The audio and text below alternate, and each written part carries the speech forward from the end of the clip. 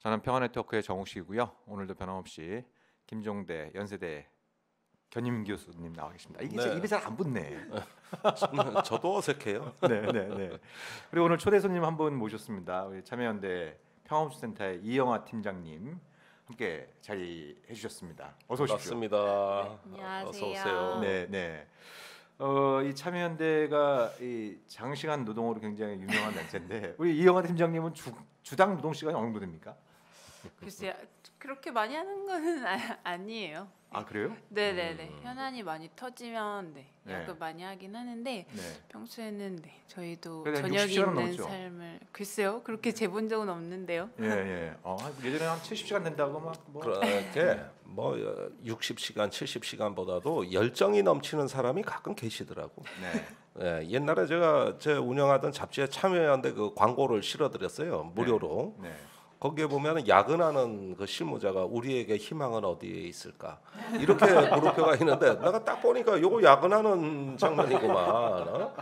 그러니까 여기는 노동이 아니라 열정 뭐 이런 개념이 옛날부터 많았어요. 네. 뭐 그래서 뭐 참여연대 노조도 생기고 네. 좀 재미난 일도 많이 있었고 그래서 노동 시간하고 또 이제 급여를 갖다 예전에 한번 참여연대에서 공개를 해가지고 좀 회원이 굉장히 많이 늘어났던 그런 기억도 한 십몇 년 된 것 같아요. 뭐 그런 기억도 좀 있고 하는데 또 우리 사회의 건강한 발전을 위해서 노력하고 있는 참여연대 이영하 팀장님 환영하고요. 오늘 이영하 팀장님을 모신 이유는 그 얼마 전에 평화우축센터에서 국방 관련 예산 관련해서 이제 문제점을 조목조목 지적한 의견서를 내셨어요. 네. 네. 요즘 언론에서 관심을 갖고 좀 보도를 하고 있습니까?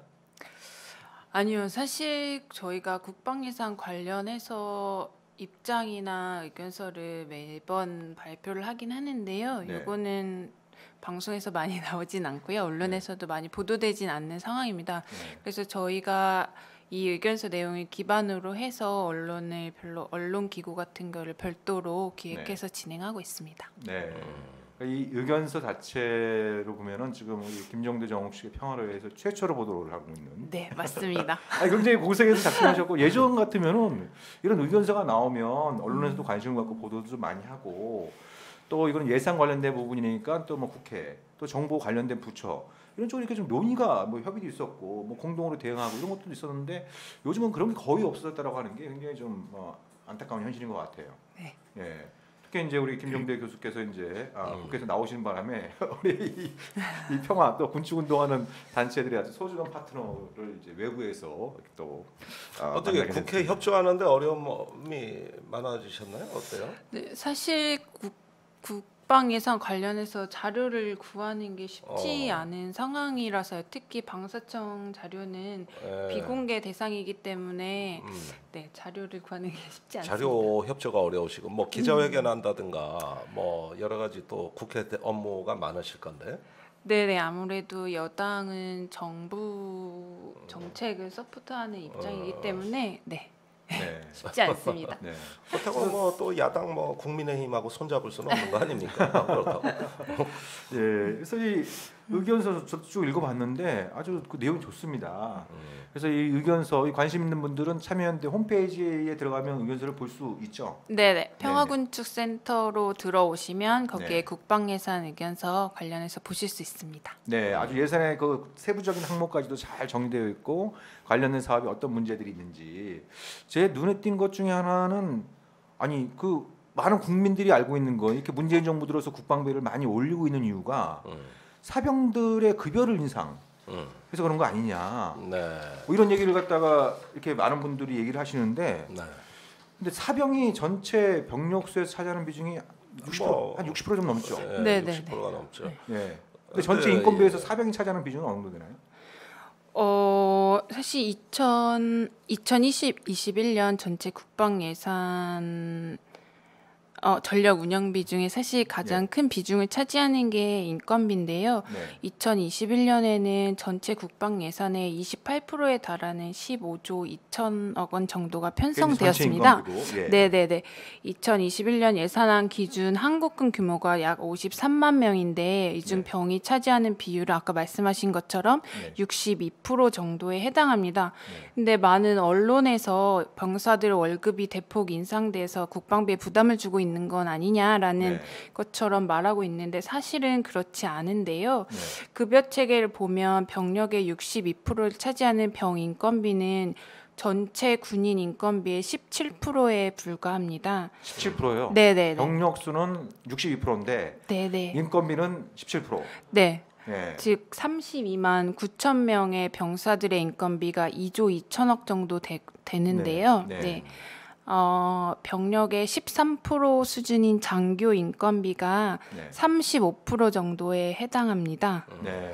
네네. 그래서 국방부가 사실 사병 월급 인상을 추진하고 있는데 2021년 사병 인건비는 병장 기준으로 60만 8,500원이고요. 네. 2021년 최저임금 대비 33%에 불과합니다. 네. 네. 그러니까 제가 전 세계 징병제 국가를 다 봤는데 네. 전부 최저임금 줘요. 네. 뭐 우리보다 경제 수준이 못한 태국, 이집트 같은 나라도 최저임금 다 되고요. 네.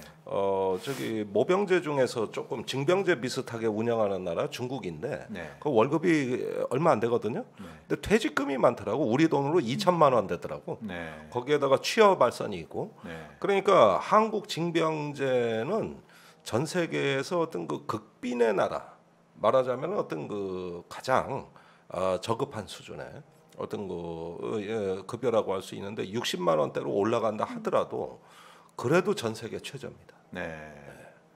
그러니까 이게 뭐 예전부터 굉장히 문제가 많이 됐었던 건데 이게 뭐 하루 아침에 확 바꿀 수는 없지만 그래서 이제 제가 이 말씀을 이제 좀 연 이유는 국방비 감축을 얘기하면 아니 우리 사병들 불쌍한 사병들 급여 올리려고 국방비 이렇게 올리는 건데 뭐 국방비 줄이면 우리 또 사병들 그렇게 또 고생하는 얘기냐 이런 식의 반응들을 많이 보이시는데 지금 이영하 팀장님이 구체적인 통계 수치로 말씀하신 것처럼 전체 병력 수의 사병이 차지하는 비중은 62%인데 급여는 17%. 17%. 이건 더 올려도 됩니다. 그죠? 더 올려도 됩니다. 예. 매번 그 병사 인건비를 올리려고 그러면 재정 부담입니다. 항상 가로막고 있는 네. 그 논리죠. 제가 국방 예산 소위도 해보면은 마지막 해에도 가장 논란이 병사 인건비였어요. 네. 이걸 좀 올리자 이렇게 해서 지금 이제 60만 원대에 올라가는 이런 계획들이 나오는데 국민의힘이 이거 재정 부담이 너무 크고 네. 또 왜 선거 앞두고 올리냐 또 정치 논리까지 들여보내요. 그러니까 선거에 여당이 유리해지기 때문에 올려서는 안 된다. 네. 두 번째는 재정 부담이 크다. 이거예요. 네. 그런데 반면에 그 군인 연금이라든가 그 처우 개선에 관한 거는 병사들하고 비교도 안 될 정도의 재정 부담이 큽니다. 그렇죠. 이럴 네. 때는 재정 부담 얘기를 안 하고 사기 얘기를 한다고. 사기. 전방에서 고생한다. 네, 네. 단절돼 있다. 네. 그다음에 일찍 퇴직해서 사회 나오면은 갈 데 없다. 이러는데 아니 거기서 재정 부담 얘기는 그게 어떻게 돼? 왜 이렇게 편파적으로? 네. 그래서 이게 계급이 병장이지 인간이 병장이 아니거든요. 그러나 이 국방위원들 얘기하는 거 보면 인간이 아니에요. 그 병사들 인격의 가치를 급여를 통해서 높여주면 사실은 군대 문화가 굉장히 많이 바뀌는데 네. 여기에 꼭 돈 논리, 정치 논리가 들어옵니다. 네. 자, 우리가 그 지금 국방 예산 내년도 국방 예산안에 대한 구체적인 얘기는 잠시 후에 좀 하고 우리 방송이 평화로인데 지금 참여연대를 비롯한 국내 많은 단체들 또 종교 단체들이 한반도 종전 평화 캠페인을 지난 7월 27일 날 시작을 했잖아요. 지금 현재 몇 명 정도 지금 서명을 했습니까? 서명은 지금 아직 많이 늘진 않았는데요. 온 네. 오프라인 4만 명 정도 서명하셨습니다. 네, 그러니까 이게 이제 온라인에서 할 수도 있고 여러 단체들이 거리로 나와서 또 오프라인에서도 좀 서명을 받고 있는 4만 명 정도. 이게 2023년 7월 27일, 그러니까 정전협정 체결 70주년이 되는 날에 1억 명을 목표로 띄고 있어요. 네, 네. 어떻게 1억이 나오죠? 네? 어떻게 1억이 나오냐? 이렇게 우리 김종도 교수님 이렇게 시야가 좋으시다니까 한국 전쟁을 끝내는 거는 한반도 주민들에게만 필요한 것이 아니라 전 세계 사람들한테 필요한 거기 때문에 전 세계 시민들과 같이 지금 일억령을 향해서 질주를 하고 있는 거죠. 지금. 미국에서 참전 용사들한테도 서명 받는다는 운동이 나왔더라고. 네. 종전 선언. 네. 예, 저도 엊그제 그 얘기 들었습니다. 네. 그러니까 미국 의회 하원에서 지금 그 공화당 의원 1명 포함해서 53명인가 네네.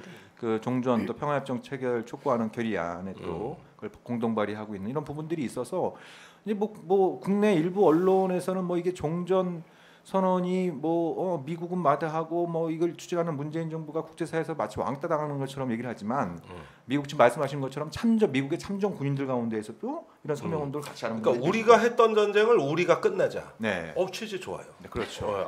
이거 나 듣고 나서 귀가 번쩍 떠요. 네. 그래서 이 전쟁을 끝내기 위해서 지금 종전 평화 캠페인을 하고 있는데 이거의 참여 방법은 어떻게 되는 거죠? 지금 이 사실 캠페인에는 현재 7대 종단을 비롯해서 국내 360여 개 단체들이 함께하고 있고 네. 50여 개 국제 단체들이 지금 함께하고 있습니다. 네, 저희가 매주 월요일 해화역 마포, 광화문, 명동, 강남에서 서명 운동을 진행하고 있고요. 네. 한국어, 영어, 일본어 웹사이트를 통해서 누구나 참여 가능하신데요. 네. 한반도 종전 평화.net으로 접속해서 네. 한반도 종전과 평화를 위한 서명의 이름을 남기고 주변에 함께 하기를 권유해 주실 수 있으십니다. 네, 좋습니다. 그러니까 혹시 이제 거리를 지나시다가 이런 또 이제 서명하는 데스크를 좀 발견하시면 좀 참여도 좀 해주시고 또 온라인 공간에서 한반도 종전평화.net 한반도 종전평화.net 혹은 endthekoreanwar.net 이쪽으로 접속을 하시면 아주 친절하게 서명 방식이 나와 있으니까 네. 이 방송 보시는 우리 시청자 여러분들 많이 좀 또 참여해 주시고 응원해 주시면 고맙겠습니다. 네. 지금 채팅방에 띄웠다고 우리 또 담당 PD가 말씀을 해주시네요. 네.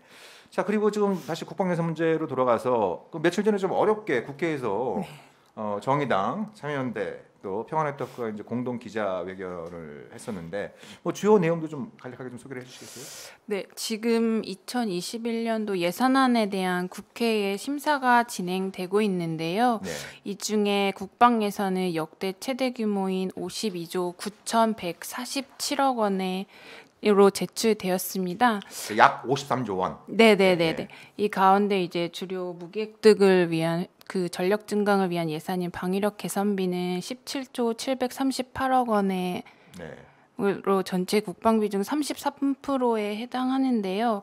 문재인 정부 출범 이후 국방비가 연 평균 7%씩 증가해서 올해 결국에 국방비 50조 원 시대를 열었잖아요. 네.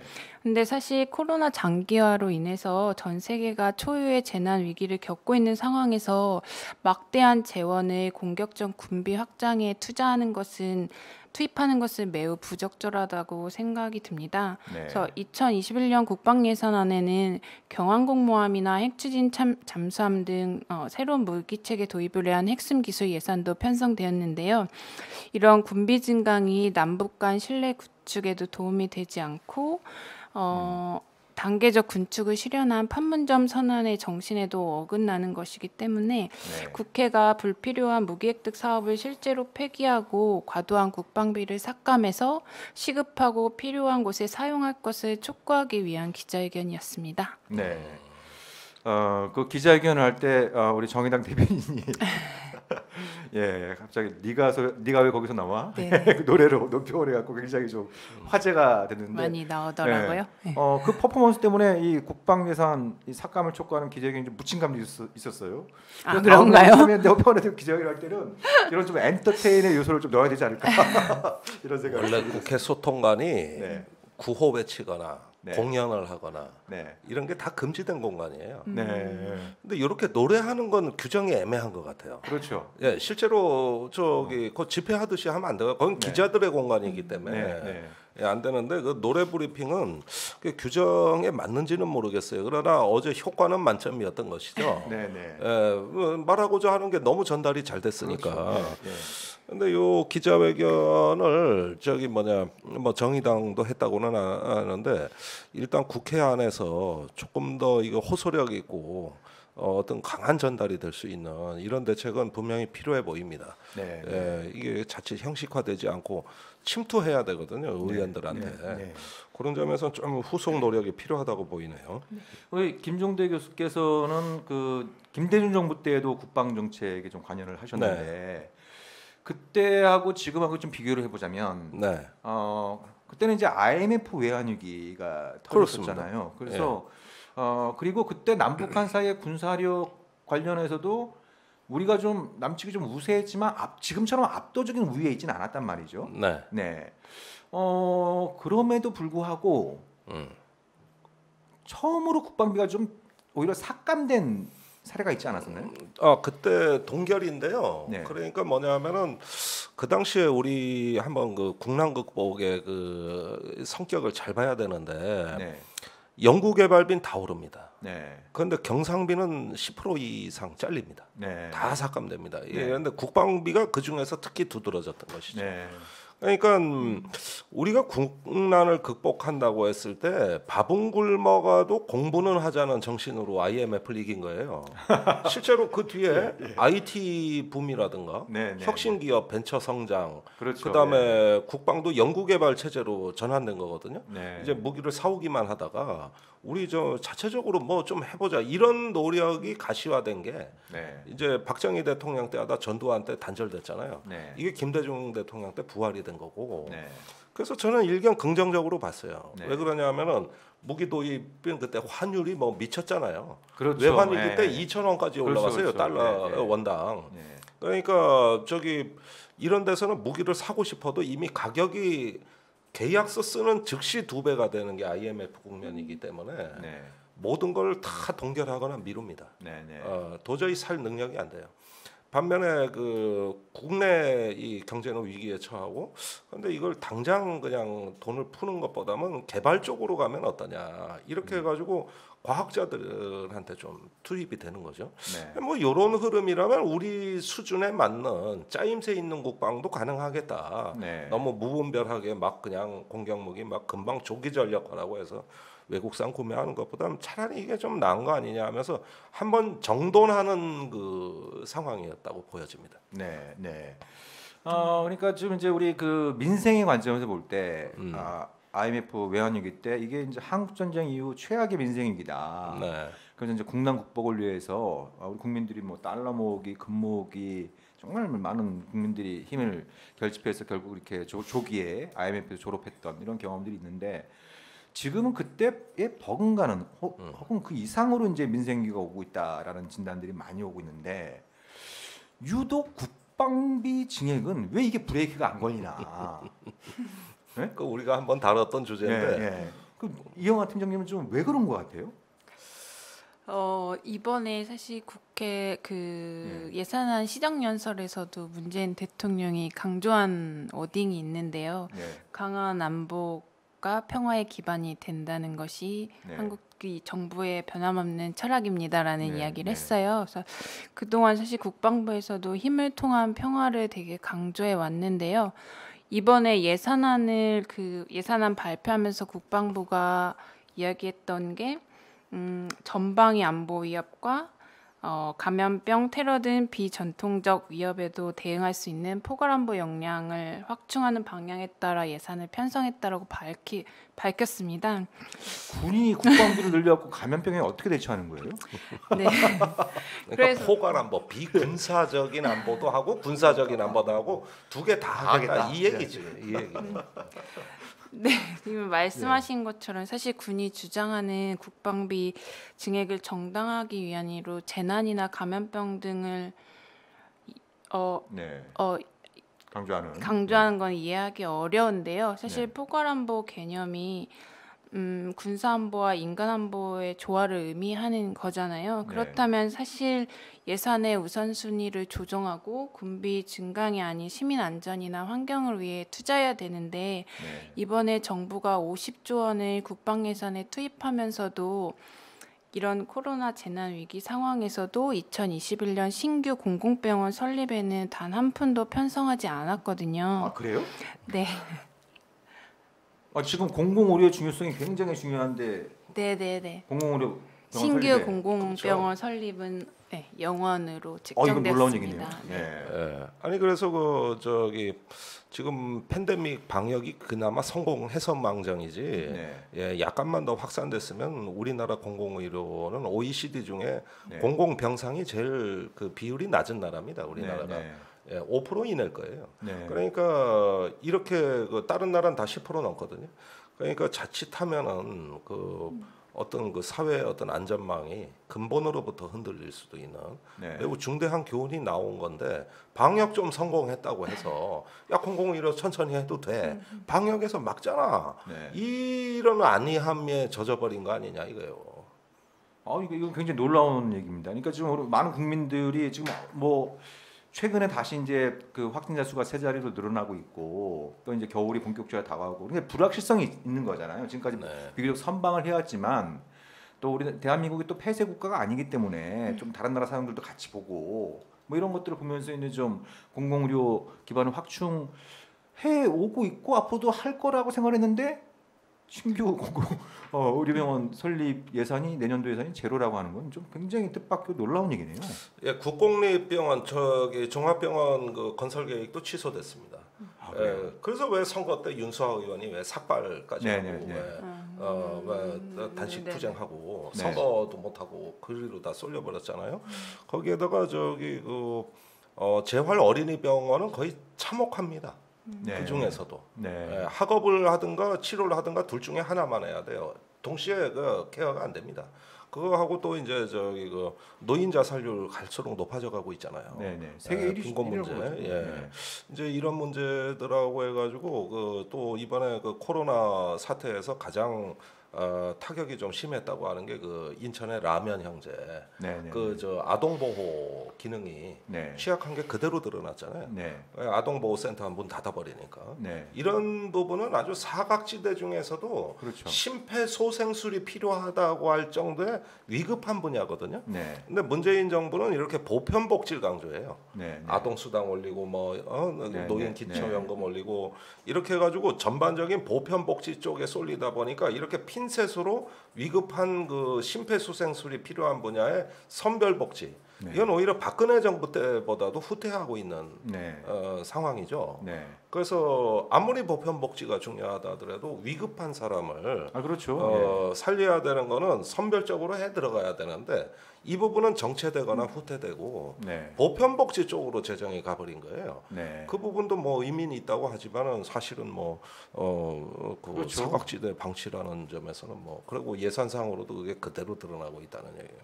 네. 그러니까 뭐 이런 부분들 나올 때마다 이제 나라에 돈이 부족하다, 빚이 너무 늘어나면 안 된다. 근데 국방 예산을 보면 이 돈이 부족한 게 아닌 것 같은데. 너무 잘 사는 나라예요. 전 세계에 이렇게 예. 5%씩 7%씩 올리는 나라가 있나? 그러니까요. 중국 정도? 예. 중국이 국방 예산 많이 늘어나고 그 외에는 없는 것 같은데. 그러니까 국방비라고 하는 게 이게 좀 경직성 예산이기도 하고 특히 이제 국방비는 플로우보다는 스톡 개념이 중요하지 않습니까? 그러니까 누계된 게 예를 들면 어떤 무기를 그렇죠. 샀는데 그거 한 번 쓰고 없어지는 게 아니잖아요. 쌓이죠. 쌓이잖아요. 네. 그래서 이제 쌓이는 만큼 지금까지 투자한 것들이 있으면 그러면 이제 그런 무기나 장비는 계속 뭐 2-30년 동안 사용하는 거니까 그러니까 이제 뭐 다음 연도에는 좀 줄인다든지 조정한다든지 이런 게 있어야 되는데 습관적으로 네. 하늘 높은 줄 모르고 계속 좀 치솟고 있는 상황이 반복되는 것 같아요. 그 지금은 1년 예산도 중요하지만 지금 국방의 총 자산 가치가 얼마냐? 네. 이런 걸로 한번 평가해 볼 필요가 있겠습니다. 우리가 어떤 회사를 평가할 때 올해 매출액만 보는 게 아니라 저 회사의 그렇죠.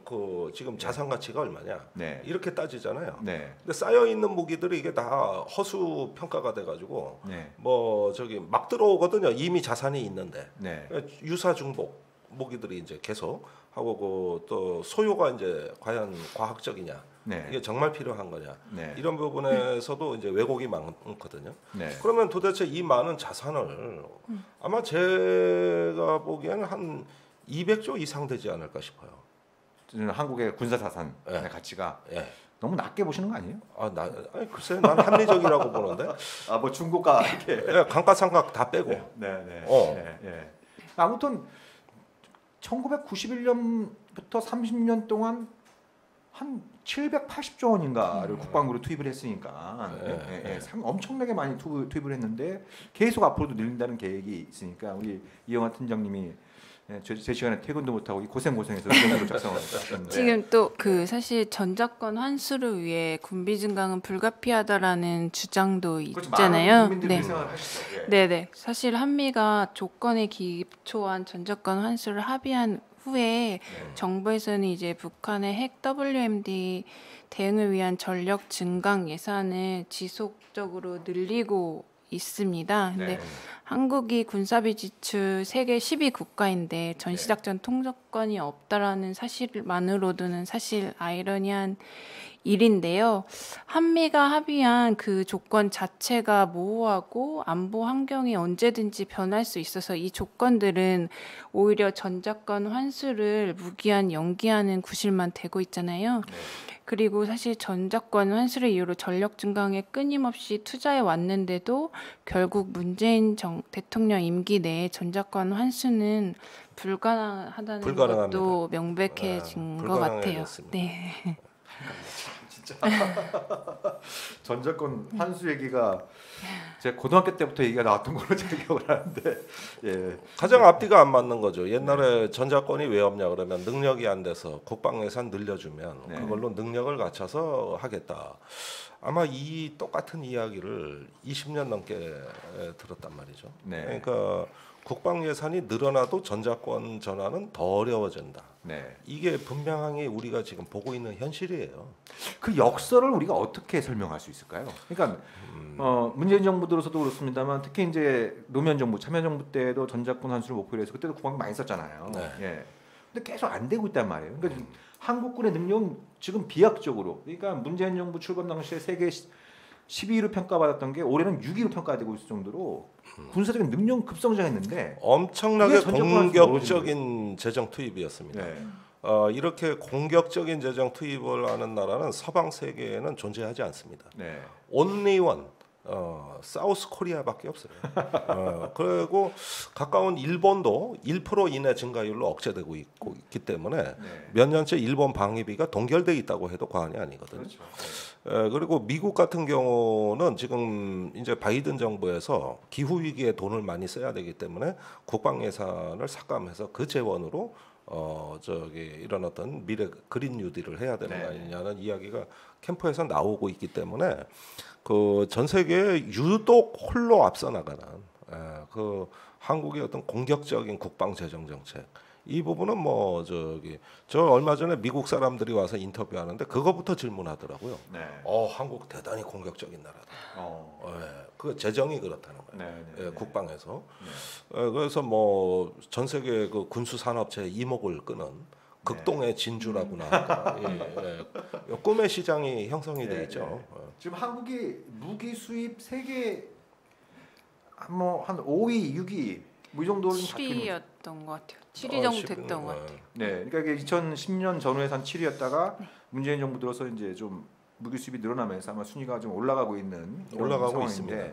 아마 그 지난번에 나왔던 그 국방 중기 계획 2021년부터 2025년까지 5개년 국방 중기 계획을 보면서 다른 나라 군수 산업체들이 좀 침을 좀 흘리고 있을까요? 그렇죠. 당연합니다. 저도 많이 만납니다. 연락들이 많이 와요. 그래서 보면 뭔 사업 다 하고 있더라고요. 그리고 또 알맞게 나눠 먹기를 했습니다. 예를 들면 왜 전투기 같은 경우는 보잉이 F-15K를 먹었고 그러다 그 다음 순서는 록히드 마틴 아니겠어요?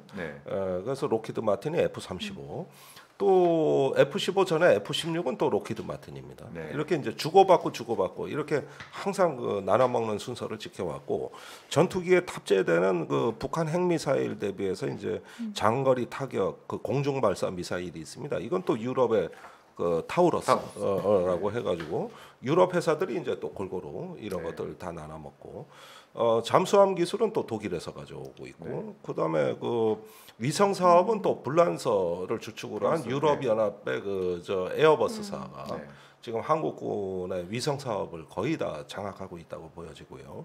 이렇게 되는 데다가 이제 그 이지스 체계 같은데 미국의 또 로키드 마틴이 시스템으로 들어오고 있고 이런 등등등 해가지고 제가 뭐 이것만 이야기해도 한 뭐 몇십 분을 얘기해야 될 것 같은데 전 세계 모든 방산업체를 먹여 살리고 있다. 유럽과 미국 두 대륙의 방산업체를 우리가 확실히 먹여 살리고 있다고. 그러니까 우리가 이제 K 방역을 굉장히 자랑스러워했고 또 그 높아진 국격, 국가 이미지를 바탕으로 해서 이제 K 평화 이런 것도 좀 가자. 근데 실제로는 K 국방이 되고 있네요. K 군사. 엄청난 바잉 파워죠. 다 불러드려요. 자, 우리가 그 지난 이전 방송에서 뭐 경항모 사업, 뭐 아이언돔, 뭐 한국형 미사일 방어 시스템, 뭐 주요 무기 사업 관련해서 이제 좀 문제점을 지적을 한 바 있는데 이번에 그 참여연대에서 발간한 의견서를 보니까 좀 눈에 띄는 것 중에 하나가 특수전 지원함과 특수 침투정 사업도 이것도 큰 문제가 있다. 어떤 내용인지 좀 설명을 해주시죠. 저는 이게 김종대 선생님 저 훨씬 더 잘 아실 것 같은데요. 이 사업은 특수침투정 여러 척을 특수전 지원함에 싣고 다니다가 필요할 경우에 이제 특수부대원들을 은밀히 침투시켜서 요인 암살 등의 작전을 수행하기 위해서 추진된 사업인데요. 2008년에 소요 결정 이후 이제 필요성 논란이나 예산 문제 등으로 지지부진하다가 2010년 천안함 침몰과 연평도 사건 이후로 서둘러 추진되었습니다. 근데 그 과정에서 이제 사업 방식이 변경되거나 사업자 선정 공정성 등의 문제가 불거져서 입찰 업체 선정이 지연되기도 했는데요. 그래서 현재 감사원이 특수 침투정 사업에 대한 감사를 진행하고 있고 이 감사 결과는 11월 중에 발표될 예정입니다. 언론 보도에 나오기도 했는데요. 특수 침투정 탐색 개발 사업을 진행한 업체가 잠수정 개발 경험이 전혀 없는 요트 회사였다는 것이 보도되기도 했고요. 그 요트로 특수 침투정을 쓰려고 하는 건가요? 네. 재밌는 발상. 그리고 이 사업은 이제 국회 예결산 특별위원회 검토 보고서에서도 문제 사업으로 지적돼서 전액 삭감 의견을 받았고 국민의힘에서도 해당 사업을 이제 법적 근거 미비 등으로 불효불급한 사업으로 선정하기도 했는데요. 근데 문제는 가장 큰 문제는 이제 사업 시작부터 장거리 이동이 어려운 특수 침투정을 특수전 지원함이라는 큰 모함에 싣고 다니면서 은밀하게 북한에서 참수 작전을 펼치겠다는 계획 자체가 매우 비현실적이고 매우 공격적이고 자극적인 계획입니다. 이 부분은 그 소위 말하는 그 제4의 전쟁 담론. 이제 국방부가 지난 정부부터 많이 강조한 건데 유사시에 특수부대를 대량으로 북한의 후방에 침투해가지고 유격전을 전개한다. 이걸 소위 분란전이라고 이름을 붙였습니다. 분란전. 분란전. 분란을 조장한다. 그래서 이제 북한의 중요한 사회 시스템을 파괴하고 이제 요인을 납치 암살한다든가 아니면 어떤 그 핵심 주력을 후방에서 그 유격전으로 이렇게 그 해가지고 어떤 북한의 그 마비 전략 일종의 어떤 그 분란을 조성해서 마비하는 이런 어떤 그 전술들을 김관진 국방장관 시절에 굉장히 강조해서 그분이 이제 나중에 청와대 안보실장을 가셨잖아요. 이때 그 합참에서 그 제4의 전쟁론 해서 그 중에 핵심을 분란전으로 보고 그 준비를 했던 겁니다. 기존의 정규전끼리의 어떤 그 이렇게 그 선으로 형성된 전선에 구애받지 않고 이렇게 어떤 그 동시에 후방에서의 분란을 조장함으로 인해 가지고 그 저기 뭐랄까 쉽게 전선을 그 형성할 수 있다. 우위를 달성할 수 있다 이렇게 이야기를 하는 건데 그 근거 중에 하나가 이제 북한이 대규모 특수부대를 운영하고 우리 남한의 분란을 조성하고 있기 때문에 우리는 더 효과적인 침투로 맞설 필요가 있다 이 얘기거든요. 그게 뭐 이른바 입체 기동 작전의 핵심. 것이죠. 네네네. 북한은 이제 동시전장화라고 해서 하는 건데 그런데 북한의 특수부대가 뭐 20만이라 그러는데 우리나라 3만 명이 안 돼요. 우리나라 2만 명인데 어떻게 우리 10배가 넘는 특수부대를 북한이 갖고 있느냐인데 그 특수부대는 침투 능력이 없으면은 20만이나 2만이나 별로 다를 바가 없습니다. 뭐 못 넘어오면 그만이거든요. 근데 20만 명을 무슨 수로 우리나라 후방에 떨구지? 그러니까요. 말이 안 되는 얘기예요. 20만 명이 우리나라 후방에 들어온다? 그러면은 뭐 어디 뭐 대량 수송기로 계속 실어 날라야 되는데 거기에다 뭐 바다로 들어온다 그러는데 이미 구중 방어막에 쳐져 있습니다. 그래서 그 함정으로 잡고 헬기로 잡고 지상에서 잡고 9단계로 우리가 차단하는 계획이 다 서 있기 때문에 그 뭐 20만 숫자에 놀랄 필요가 없어요.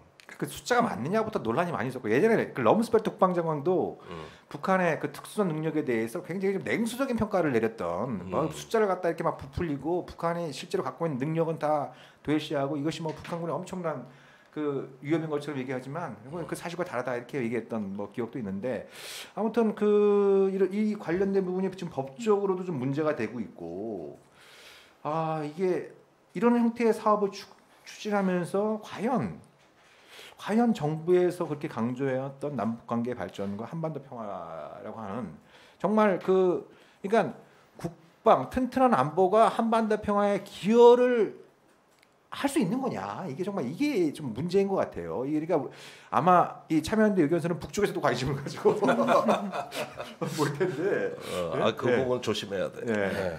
그러니까 어떤 뭐 이런 부분들에 대해서 좀 하나하나 평가하는 부분들이 그래도 예전에는 논란에도 많이 됐었잖아요. 아까도 잠깐 말씀드린 것처럼 뭐 시민단체하고 정부 관련된 부채 또 국회 또 그런 관련해서 이제 언론 보도들 또 방송 토론 이런 것들 통해서 뭔가 좀 공론화되고 거기서 이제 검토하고 검증하는 이런 게 그때도 좀 미흡했는데 지금은 거의 사라져 버렸다고 하는 이 부분이 제일 안타까운 것 같아요. 그러니까 여야가 군비 증강 경쟁을 하고 있죠. 여야가 경쟁하고 이것은 이 진보 정부에서 벌어지는 매우 독특한 현상입니다. 사실은 옛날 같으면 왜 진보 정당이 야당일 때 보면 보수 정당은 군비를 증강하면서 강력한 어떤 대북 강성 정책 어떤 그런 걸 하면은 야당이 견제하는 게 항상 주된 사명이었거든요. 그러다 보니까 아무래도 평화의 담론으로 그걸 맞서다가 전쟁이냐 평화냐 이런 게 이제 과거 선거에서 보면은 주된 논점을 형성했거든요. 그런데 요즘 달라진 지금 이 시대에 매우 독특한 현상은 여야가 정말 군비 경쟁을 하고 있다. 그러니까 서로 예산 올리는 경쟁을 하고 있는 거거든요. 그래서 지금 나오고 있는 이런 그 국방 예산 증액의 주된 무기 체계는 다 국민의힘이 여당 시절부터 준비했던 전략들이고 이걸 문재인 정부가 받아 안아서 오히려 이 정부의 치적으로 지금 구체화하고 있던 매우 독특한 현상이에요. 그 예산 심의할 때 마지막 이제 회의록 같은 거 이제 거의 다 보는데요. 이제 증액 삭감 의견 낼 때 너무나 쉽게 증액 몇 억짜리 사업을 그냥 증액하기도 하더라고요. 그래서 작년 예산 심의할 때도 방사청에서 어떤 사업에 대해서 이거는 기한 내에 할 수 없어서 예산을 증액하는 거에 반대했음에도 불구하고 오히려 방사청이 그러니까 이런 겁니다. 저기 방사청이 보니까 이거 1년 안에 안 되거든. 어쩌면 10년 걸릴 수도 있거든. 그런데 국회가 우기는 거예요. 1년 안에 할 수 있도록 예산 넣으라 그러니까 방사청이 안 받겠습니다. 거꾸로 된 거죠. 보통 정부가 이 예산 올려달라고 하고 국회가 심사를 해야 되는데 국회가 예산을 올려놓고 방사청이 심사하다가 그러다가 나 이 예산 못 써 하고 어떨 때는 안 써버리거나 그 정부에 반납해버리거나 아니면 저기 딴 데로 써버려요. 전용해가지고 어이없는 일이 벌어지는 거죠. 어이없는 일이. 그러니까 이게 좀 우리가 좀 유심히 봐야 되는 것이 이런 어떤 뭐 이제 군은 군 자체의 논리가 있는 거고 또 군 그 방위 산업체는 또 그 산업 자체의 논리가 있는 건데 여기에 정치인까지 결탁이 될 경우에 예전에 그 아이젠하워가 경고했던 퇴임사에서 경고했던 이제 미국의 군산복합체가 미국의 민주주의와 자유를 위협할 수 있는 그래서 이 미국 국민들 깨어있는 미국의 시민들은 미국 군산복합체의 부당한 영향력에 맞서 싸워야 된다 라고 이제 호소를 했던 경우들 있지 않습니까? 네. 근데 지금 미국이 뭐 군사력은 뭐 타의 추종을 불허하는 세계 최강대국이지만 뭐 코로나 사태 이전부터 나타났던 여러 가지 미국병이라는 게 있잖아요. 네. 뭐 저는 그 중에 하나 주목했던 것이 이게 그 논문을 보니까 트럼프 현상이 이해가 되더라고요. 그 논문이 뭐였냐면 절망사예요. 절망사. 그러니까 절망사는 자살, 알코올, 마약 중독 이걸로 이제 사망하는 숫자인데 이 사망자 숫자가 뭐 OECD 국가뿐만 아니라 대부분의 이제 저개발되어 있는 국가들보다 압도적으로 높은 거예요. 네. 네, 엄청나요. 그 비율이 오히려 해가 지나면 지날수록 더 비중이 높은데 주된 절망사들 계층이 40대 백인 남성이더라고요. 그래서 미국에서 자살률이 제일 높은 집단이 40대 백인 남성입니다. 그 뜻밖이네. 선뜻 이해가 안 가잖아요. 노인이 아니고. 네, 40대 백인 남성이 일반들 아시다시피 이들이 바로 트럼프의 열렬한 지지자인 거죠. 열렬한 지지자. 그러니까 트럼프를 욕할 게 아니라 그 배후의 근원을 그렇죠. 우리가 예, 지금 보는 게 더 필요한 예. 자세 같습니다. 그래서 지금 뭐 트럼프가 이번에 좀 뭐 낙선했지만 뭐 2024년에 또 나올 수도 있다 이런 얘기도 나오지만 이제 미국에서 냉정하게 평가하는 사람들은 트럼프 현상은 이것으로 끝나지 않는다. 예, 미국의 구조적인 문제, 고질적인 문제를 개선하지 못하는 한 트럼프 현상은 트럼프 본인이 됐던 다른 사람이 됐던 좀 더 이렇게 뭐랄까 세련된 포퓰리스트 이런 사람들이 훨씬 더 세련된 방식으로 트럼프 현상을 일으킬 가능성도 얼마든지 있다는 얘기들을 이제 경고를 막 하고 있는 이런 상황인데 이게 남 얘기가 아니다라는. 자, 그런데 군산복합체 얘기가 나와서 그러는데 지금 우리 국회는 어떠냐? 네. 저는 확실한 미국 군산복합체지 우리 자체 군산복합체도 아니라고 봐요. 이번에 국정감사 때 실제 사례가 나옵니다. 네. 예를 들면은 국민의힘의 한기호 의원 질의는 진짜 깜짝 놀랄 얘기인데 네. 우리 육군의 수리온 헬기가 보급이 그렇죠. 되고 있는데 이게 기동 헬기입니다. 그런데 공격 헬기로도 쓸 수 있고 네. 그래서 보니까 성능이 괜찮나 해서 해병대 상륙 헬기로도 이게 확장성 있게 지금 가고 있어요. 네. 그런데 그 한기호 의원 질의는 뭐냐면 미국의 시코스키사에 네. 그 우수한 UH 헬기를 쓰지 네. 왜 쓸데없이 개발한다고 해가지고 네. 아니 확실히 노골적으로 질문합니다. 네. 미국에 그래. 좋은 거 있는데 그걸 사다 쓰면 되지 왜 국산 무기를 그런 쓰냐 네. 이래가지고 저는 그 질문을 보고 깜짝 놀랐어요. 저 어느 나라 국민인가? 네. 그런데 그동안에 그 수리온 헬기 이 국산 헬기를 쓰자고 누가 정책 결정을 했냐? 사실 노무현 대통령 때 한 거거든요. 네. 여기까지 들어가서 책임자를 다 찾아내고 있어요. 어. 그런데 요는 이겁니다. 국산 헬기 쓰지 말라는 거예요. 네. 이게 핵심이에요. 네. 그리고 우리나라 예비역 장성들이 그 외국 회사의 에이전트로 대거 취업을 해 있다고. 그렇죠. 그 뭐 록히드, 보잉 또 유럽의 EADS, 에어버스 뭐 G사 뭐 엄청나게 가 있어요. 레이시온도 있고. 그런데 전 세계 무슨 장군이 그런 말단 에이전트 하는 나라도 우리나라밖에 대부분 영관급이나 이러는데 이 장군들이 저기 본사에서 한국에 올 거 아니야 중력이. 네. 그럼 차에 가서 문 열어준다고. 동맹 정신이 굉장히 투철한 분들이시네요. 그러니까 이런 전체적인 이 그룹들이 이 신념화된 사고는 외국에 좋은 무기 사서 쓰는 게 최고라는 거거든요. 그래가지고 국내 이 개발에 아주 적대적인 태도를 보이면서 이게 국회에서 발언으로 나오는데 저거 이해관계 충돌이라고 봅니다. 그럴 수 그 있죠. 주변 세력들 다 누구냐고. 네, 네. 전부 외국 무기 좋아하시는 분들 아니요. 네, 네. 네. 이런 일까지도 벌어지는 거 보면은 아주 중요한 포인트 같아요. 네. 이게 저기 한국에 있는 어떤 그 군산복합체의 아류들 말하자면 변두리 군산복합체 네.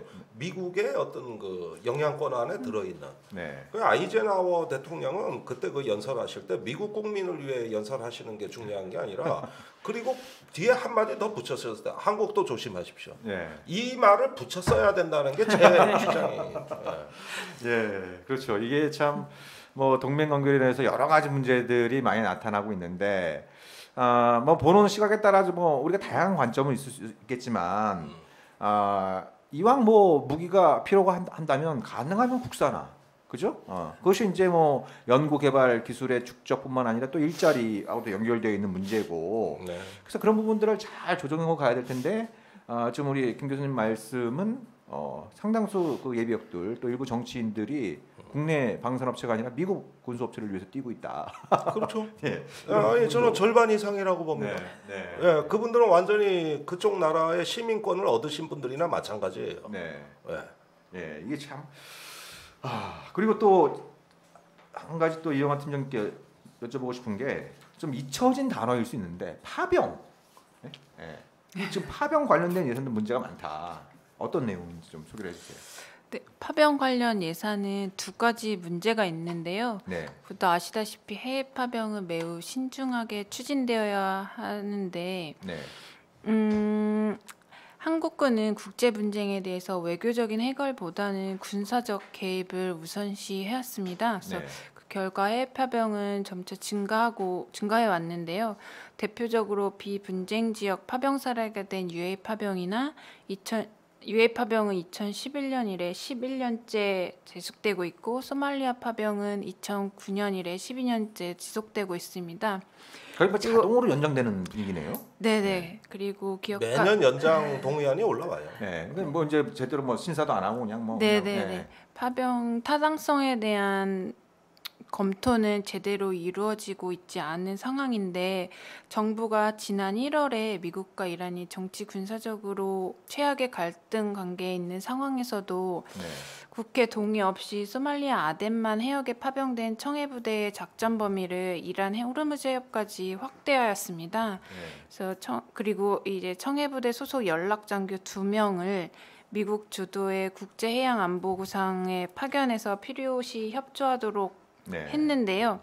아덴만 일대 해적 퇴치 활동을 명분으로 파병된 청해부대의 활동은 이제 애초 목적이었던 해적 퇴치보다는 연합해군의 해양안보 작전 참여나 안전 항해 지원 위주로 변화해 왔습니다. 그리고 UA 파병 같은 경우에도 시작부터 위헌성 문제가 제기되기도 했는데요. 상호적 목적의 파병이라고 하는 전대미문에. 네네네. 2011년 이래 지금까지 관성적으로 연장되어 왔어요. 그래서 네, 아까 말씀하신 것처럼 UA 파병은 핵발전소 수주를 위해 상업적 목적으로 이루어진 파병인데 처음에 이제 파병 동의안이 거의 날치기로 처리되었고 매년 파병 연장 동의안을 통과시켜 왔는데 이러한 문제점 이외에도 UAE에 파병된 아크 부대는 예멘 내전에 등에 군사적으로 개입하고 있는 사우디아라비아를 지원하는 UAE 특전사를 훈련시키는 것으로 알려져 있습니다. 네. 그리고 또 다른 문제는 파병 연장 동의안 통과 전에 예산안이 통과된다는 점인데요. 해외 파병 기간은 보통 1년으로 정해져 있고 매년 파병 연장 동의안이 와서 12월쯤 이제 예산안이 통과된 이후에 이제 거의 파병 동의안이 통과되어 왔는데 해당 부대 사실 예산안을 책정하기 전에 동의안이 먼저 통과되어야 되는데 그러한 절차적인 문제가 있고요. 이러한 돈부터 마련해놓고 돈 마련했으니까 계속 파병하자. 뭐 이런 식으로 이제 좀 뭐. 네네. 그러니까 용처가 불분명한 예산입니다. 네. 그 법적으로 그 사용처가 정해지지 않는 예산을 미리 편성하는 확실한 국가재정법 위반입니다. 네. 그러니까 예산의 어떤 목적이 분명하고 근거가 없으면 편성하지 말아야 되는데 앞으로도 계속 할 거 아니냐는 그 전제하에서 가정을 세워놓고 예산을 투입한다는 얘기거든요. 네. 성립될 수 없는 비논리적 방식이죠. 네. 근데 여기서 이제 짚어볼 거는 이제 파병 문제가 새로운 단계에 진입했다는 걸 우리가 인식해야 된다는 것이죠. 과거에는 뭐 어디 분쟁이 발생하면 국민적인 공론화를 거쳐서 상당히 많은 진통 끝에 파병이 결정이 됐거든요. 네. 근데 그런 게 아니라 상시 파병 체제로 들어가는 것이죠. 네. 굳이 그런 어떤 상황이 아니더라도. 근데 이 부분이 왜 중요하냐? 이제 최근에 그 세계화가 이제 그 거의 한계에 도달하고 전 세계의 어떤 그 분쟁이 굉장히 그 경제적 이유로 일어나고 있거든요.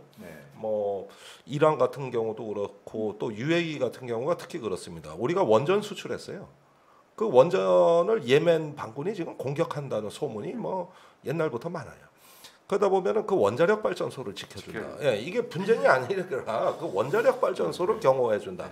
근데 하다 보니까 그것도 좀 그런데 UAE하고 앞으로 잘 지내야 되니까 UAE의 특수군을 우리가 훈련시켜주는 것도 하겠다. 그러니까 훈련용 파병이라는 아주 생소한 개념이 나온 거고 또 아프리카에 가 있는 그 한빛 부대 같은 경우는 건설 공병용 부대입니다.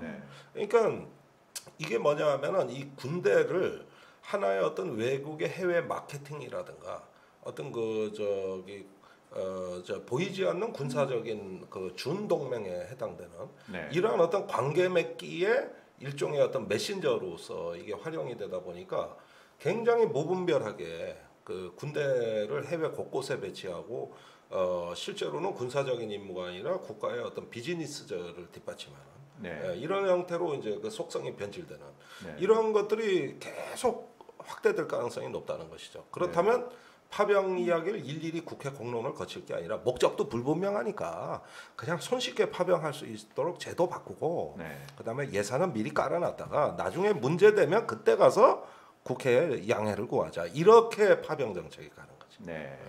말이 마차를 끄는 게 아니라 마차가 말을 끌고 있는 이런 현상을 또 파병 문제에서도 우리가 또 확인을 할 수 있을 것 같은데 아무튼 우리가 어렸을 때 우리가 그 헌법을 공부할 때 대한민국 국군은 대한민국의 영토를 위해서 지키기 위해서 존재하는 존재를 알고 있었는데 비즈니스를 위해서 또 세계 도처를 그렇습니다. 이제 돈까지 벌어오는 거예요. 참 여러 씁쓸한 현실들을 우리가 목도를 하게 되는데 자 그러면 뭐 여러 가지 어려움 많을 텐데 앞으로 이제 이 국방 예산 삭감을 위해서 좀 뭐 우리 참여연대 또 다른 평화 단체들은 또 어떤 좀 계획들을 좀 갖고 있는지 소개해 주시면. 이렇게 물어보셔서 엄청 거창한 계획을 얘기해야 될 것 같은 느낌이 드는데요. 작은 것이 사실 참여연대 평화건축센터는 지속적으로 국방 예산 삭감 촉구 활동을 해오고 있는데요. 우선 이 21대 국회에서 예산 심사가 2021년 예산 심사가 제대로 되고 있는지 지속적으로 모니터링하고 모니터링 할 예정이고 저희가 좀 공론화를 위해서 지금 국방 예산의 문제가 무엇인지 짧은 영상을 만들었어요. 그래서 이번 주 중으로 아마 나갈 예정이고요. 그리고 사실 매년 4월쯤에 세계 군축 행동의 날이라는 국제 캠페인을 매년 진행하고 있습니다. 그래서 여기는 참여연대뿐만 아니라 국내 이제 평화단체들이랑 같이 하고 있는데 그런 활동을 통해서 국방비를 줄여서 뭐 사회 안전망 확충이나 시민 안전을 위해 사용하자라는 공론화 활동을 하고 있습니다. 훌륭하십니다. 좀 어려운 여건에서 이렇게 또 우리 사회의 건강한 발전 또 정말 합리적인 안보, 튼튼한 평화를 위해서 노력하고 있는 이 참여연대 평화건축센터에 우리 시청자 여러분들 많이 좀 관심을 가져주시고 응원도 해주시고요. 방송을 좀 마치기 전에 나오면서 보니까 그 문재인 대통령과 바이든 당선인이 첫 전화 통화를 했다. 그래서 이제 통화 직후에 문재인 대통령이 굳건한 한미 동맹과 평화 번영의 한반도를 향한 바이든 당선인의 굳은 의지를 확인할 수 있었다라고 이렇게 트위터로 이렇게 날렸어요. 트위터를 보냈는데 우리 김정도 교수께서는 뭐 이 내용을 좀 포함해서 이 바이든 시대의 미국 특히 이제 한미 관계에 관련해서 우리가 가장 좀 주목해야 될 문제가 있다면 사안이 있다면 어떤 게 좀 있을 것 같아요? 지금 이제 바이든의 대북 정책은 진공 상태, 공백 상태라고 저는 보여지거든요. 대북 정책 없어요.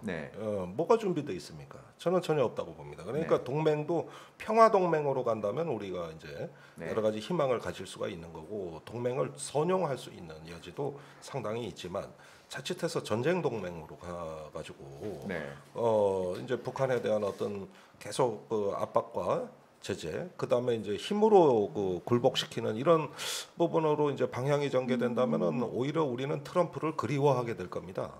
저는 바이든이 뭔가 대북 정책을 준비하지 못했고, 그랬을 때 밑에서 흘러가는 저변의 흐름은 여전히 이제 그 좀 냉전형 동맹으로 가게 된다면은 그럴 가능성도 전 있다고 보는데 이제 곧 우리는 트럼프를 그리워하게 될 것이다. 그럴 가능성도 있다. 그러니까 지금은 우리 정부가 그 저기 바이든에게 적극적으로 접근하는 건 좀 필요하다고 봅니다. 전화 할 수 있습니다. 뭐 덕담 저는 더 해도 된다고 봅니다. 네. 더 많이 해야 돼요. 그러나 목적은 분명하게 해야 되는 거죠. 이게 왜 하는 것인가는 목적이 불분명하고 일관돼야 되는데 네.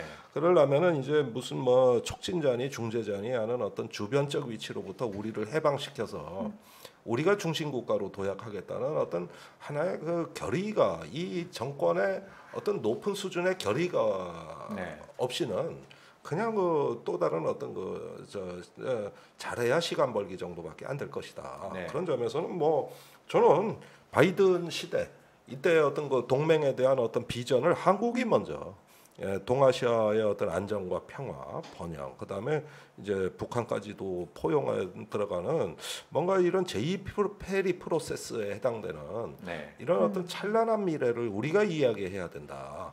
그것이 동맹을 생산적이고 건강하게 끌고 가는 이제 중견국가 대한민국. 예? 네. 우리도 이제 좀 제법 이제 잘하잖아요. 그렇죠. 너무 이제 미들 파워 아닙니까? 네.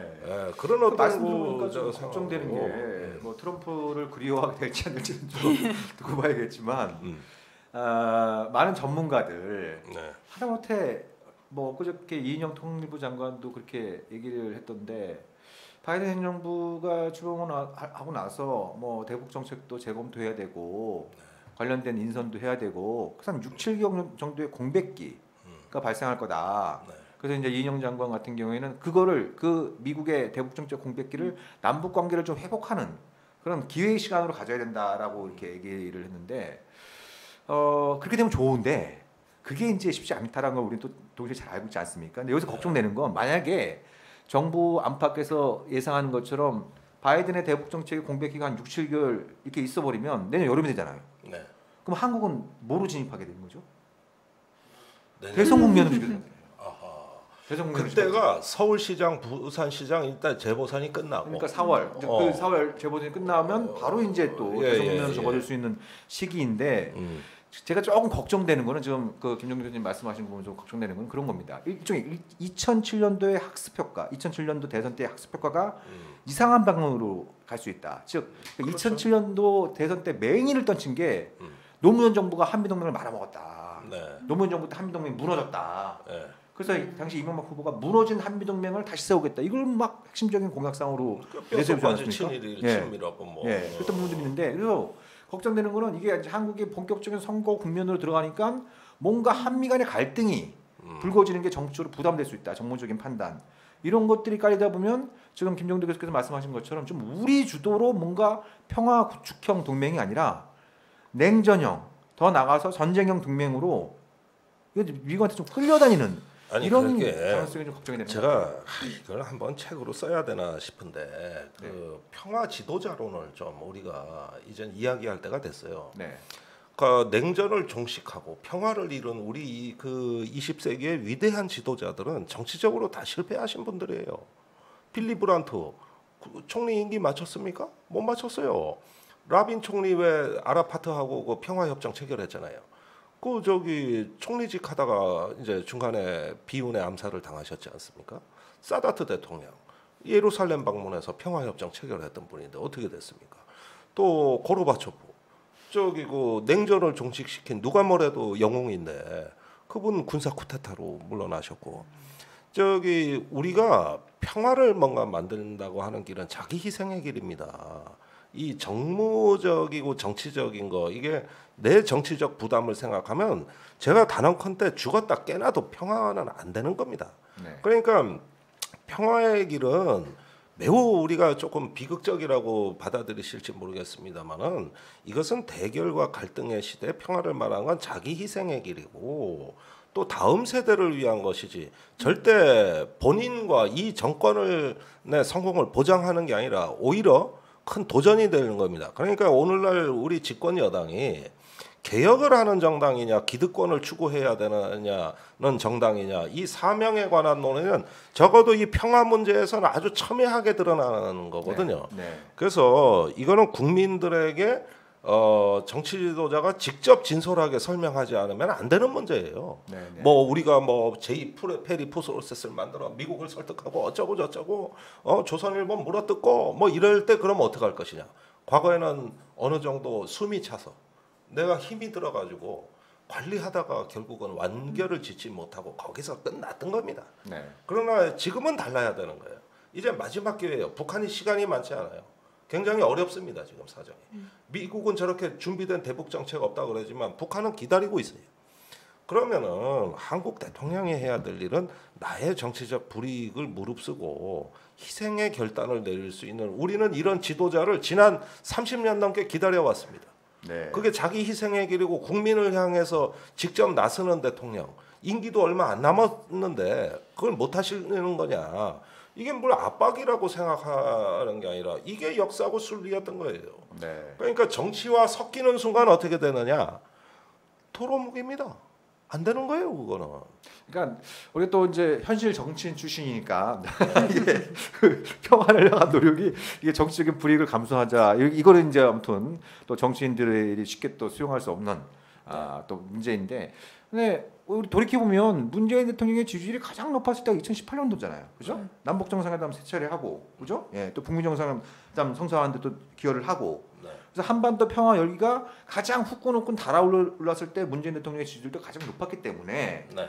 또 미국을 보더라도 2016년도에 미국 국민들 대상으로 해서 세계 주요 지도자들에 대한 호감 조사를 했는데 김정은 그 위원장이 비호감도가 88%로 압도적인 1위를 기록했습니다. 네. 압도적인 1위를 기록했는데 2018년 6월달에 1차 북미 정상회담 이후에 북미 정상회담에 찬성하는 미국 국민들의 여론이 70%를 넘었거든요.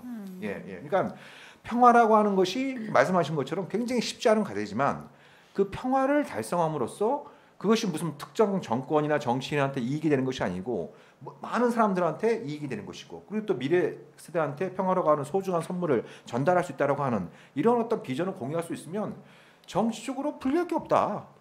이런 뭐 적극적인 관점도 가질 필요가 있겠죠. 다 주변 여건이 받쳐줄 때 네. 트럼프가 있을 때는 그런 게 맞는데 그때도 사실은 우리가 그런 흐름에 잘 편승을 했던 겁니다. 네. 그러나 앞으로 주도하는 길은 어려운 길이에요. 그렇죠. 우리 지금 우리나라가 요즘 외교 관계가 많이 어렵습니다. 주변국하고 관계가 다 서먹서먹해요. 그리고 뭔가 삐걱삐걱하고 트러블이 발생해요. 왜 이런 일이 발생하느냐? 어려운 길을 가야 되기 때문에 발생하는 겁니다. 네. 그러니까 그 지금 북한에 대해서 어떤 미국이 준비 안 돼 있을 때 우리가 뭔가 주도적인 역할을 한다는 거 사실 국제 정세는 주도하지 않으면 주도 당합니다. 네. 이건 냉정한 현실이에요. 뭔가 이제는 우리가 일을 할 때가 됐어요. 과거엔 트럼프한테 맡겨도 됐다고. 그런데 지금 안 돼.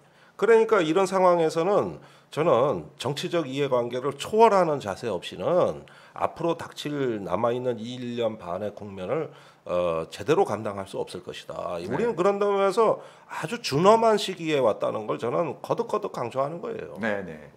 자, 우리 이영호 팀장님은 이렇게 바이든 시대 미국 뭐 한미 관계 또 한반도 평화 문제 관련해서 뭐 딱 좀 관심을 갖고 지켜보는 문제가 어떤 거예요?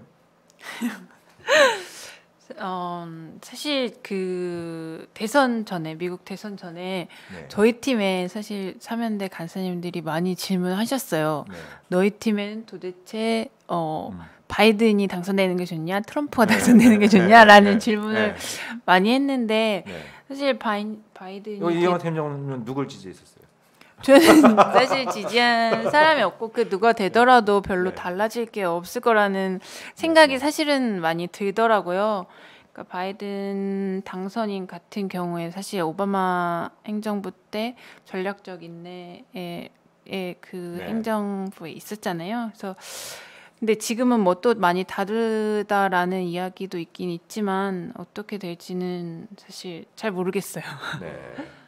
제가 그 뭐 전략적 인내 관련해서도 여러 가지 얘기들이 많이 있습니다만 제가 논란 보면서 예전에 그 수잔 라이스 그 오바마 행정부 때 유엔 대사와 그 백악관 안보보좌관을 지냈고 지금 국무장관 1순위로 거론되고 있는데 공화당의 낙마 1순위로 또 오히려 사람이 수잔 라이스예요. 그래서 이제 국무장관이 될 가능성은 굉장히 낮은데 아마 그래서 안보보좌관으로 재경될 가능성도 좀 점쳐지고 있는 것 같아요. 근데 이 수잔 라이스가 뭐라고 그랬냐면 북핵 감내할 수 있다. 감내할 수 있다. 사실 그게 전략적인 내 핵심이거든요. 네. 그렇잖아요. 감내할 수 있다. 이제 그 얘기는 그거예요. 아니 과거에 미국이 4만 개의 핵무기를 갖고 있던 소련의 핵기업도 감내했는데 한 줌밖에 안 되는 북한의 핵기업을 우리가 감수를 못할 것 같냐? 네. 감내할 수 있다. 그래서 뭐 대화를 통해서 푸느니 이런 방식보다는 대북 억제 강화하고 미사일 방어 체제 강화하고 대북 제재 강화하고 중국에 대한 압박 강화하고 이런 거예요. 그걸 얼마 전에 이제 뉴욕타임즈 그런 기고문을 실었는데 그게 사실 오바마 행정부 때 전략적인 내 도구들이었잖아요. 예, 이런 그 부분들도 우리가 좀 같이 봐야 되는데, 그러니까 미국이 표면적으로는 뭐 북한 핵 문제에 관련해서 굉장한 관심과 이걸 해결하지 않으면 뭐 세계 평화가 무너지는 것처럼 막 호들갑을 떨지만 내심 반기는 사람들도 분명히 많은 거거든요. 예? 예. 또 미국이라는 하는 거대한 나라는 거기에 적응할 수 있는, 그걸 또 관리할 수 있는 그런 나라라는 반면에 우리는 그렇지 않단 말입니다. 그런 차원에서 김종대 교수께서 말씀하셨던 것처럼 어떻게 보면 이제 트럼프 행정부 시기에 한미 관계, 그때 한반도 운전자로는 좀 허망함이 있었잖아요. 이게 운전 안내자인지 운전기사인지 좀 헷갈릴 정도로 이게 좀 허망함이 있었는데, 이번에 이제 뭐 어찌되었든 미국의 새로운 행정부가 등장했고 대북 정책 공백이든 재검토든 이게 시간이 있는 것이고 또 동맹국인 한국의 입장이 중요한 만큼 이번이야말로 진정한 의미의 한반도 운전자론, 그죠? 이걸 좀 보여줄 마지막 시간이다. 이렇게 좀 말씀을 드리면서 그렇죠. 오늘 방송을 좀 마무리해야 될 것 같습니다. 우리 이영하 팀장님 감사드리고요. 네. 우리 또 김종대 교수님은 또 방송인으로 변신하셨습니다만 이 군사 문제 나오니까 내공이 여전히 살아있다. 라는 걸 거듭 확인할 수 있는 그런 자리였던 것 같습니다. 자, 그럼 저희 평화로 다음 주에 다시 찾아뵙도록 하겠습니다. 감사합니다. 감사합니다.